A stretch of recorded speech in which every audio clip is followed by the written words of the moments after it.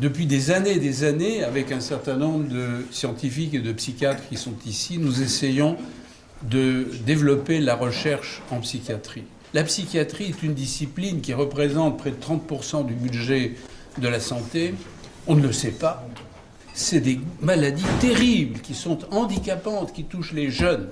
Chère Maria, c'est vraiment au nom de l'Institut de France et de l'Académie des sciences en particulier, nous te remercions d'avoir mis en place ce prix qui a déjà eu 5 lauréats, je crois, et nous en avons 6. Sixième now. Maria. Le prix Philippe et Maria Alphen, soutenu par Neuflis Vie, a pour but donc de soutenir la recherche. Avec mon amie Susie Hinks, qui vit en Australie, on a créé Meeting for Minds, qui invite des personnes de suivre la recherche, des personnes qui sont aussi passionnées que les chercheurs. On les appelle des PLEX. Les PLEX, c'est People with Lived Experience of Mental Illness. Il y a 2 génies cette année. Et puis, j'ai un invité après que je vous présenterai. Mais merci d'être venu. N'oubliez pas surtout que ce n'est pas possible d'avancer pour les chercheurs ni pour personne s'il n'y a pas vous qui nous soutenez.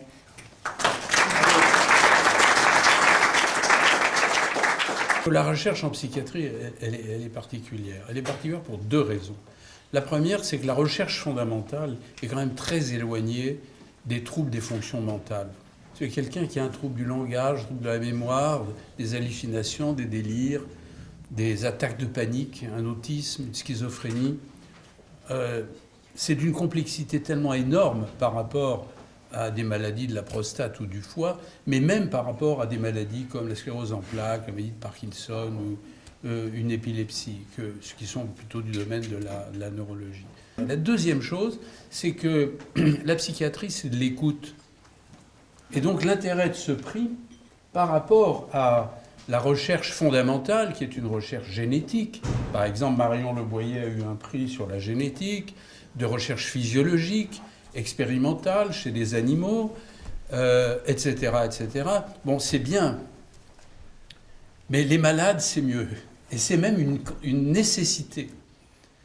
Et donc l'écoute des malades apporte pour le clinicien, pour les chercheurs en dessous, des informations inimaginables. Inimaginables. Mais évidemment, c'est très complexe.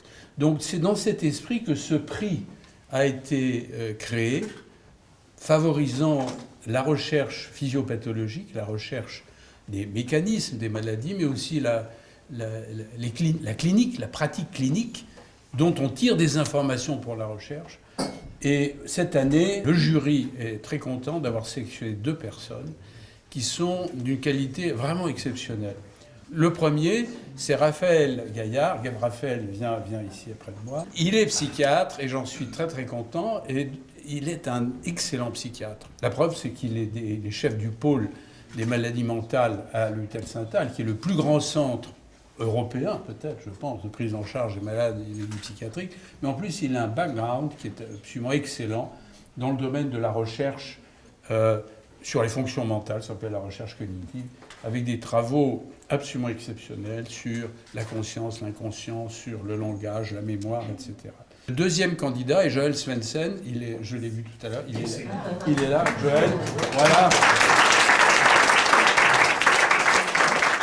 Joël Svendsen est directeur de recherche au CNRS. C'est-à-dire que c'est un psychiatre qui a des activités directement dans la recherche. Alors que Raphaël dirige un service et fait de la recherche à côté, il va vous l'expliquer, mais toi, tu es vraiment complètement au CNRS, fait de la recherche et de manière très originale. Pourquoi ? C'est le pionnier d'une méthode de prise en charge des malades en utilisant, voilà, il fait le téléphone cellulaire. Le téléphone cellulaire pour savoir quelle est la vie quotidienne des malades chez eux. Quand vous êtes en consultation, vous voyez un malade, bon, il vous raconte ce qui s'est passé, etc., l'entourage. Mais on a une vision transversale, momentanée, qui est insuffisante. Ce qu'il a développé en France, mais vraiment un des pionniers, je crois, dans le monde, et de manière excellente, c'est la possibilité, avec simplement ces iPhones, de savoir ce qui se passe pour les patients quand ils sont chez eux. Donc, au long cours. Alors vous dites, mais pourquoi il y a 2 candidats tout d'un coup? Alors ça, c'est ça que je vais vous raconter quand même. C'est que le jury n'a pas su les départager.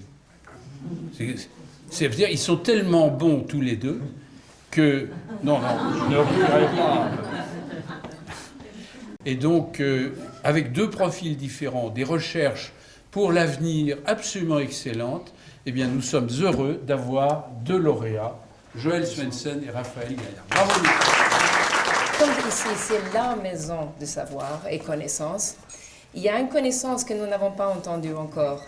Et j'invite Alexandre Marietos, qui travaille avec nous en Suisse, de venir vous raconter un petit peu de ce qu'il vit et ce qu'il fait pour Meeting for Minds.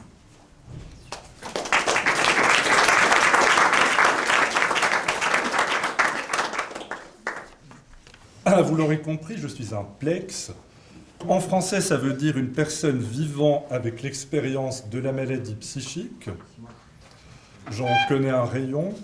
Je suis impliqué avec 6 autres plex dans le projet Synergie en Suisse. Donc nous rencontrons régulièrement des chercheurs dans le cadre de 2 recherches. Notre expérience vécue a été utile aux chercheurs.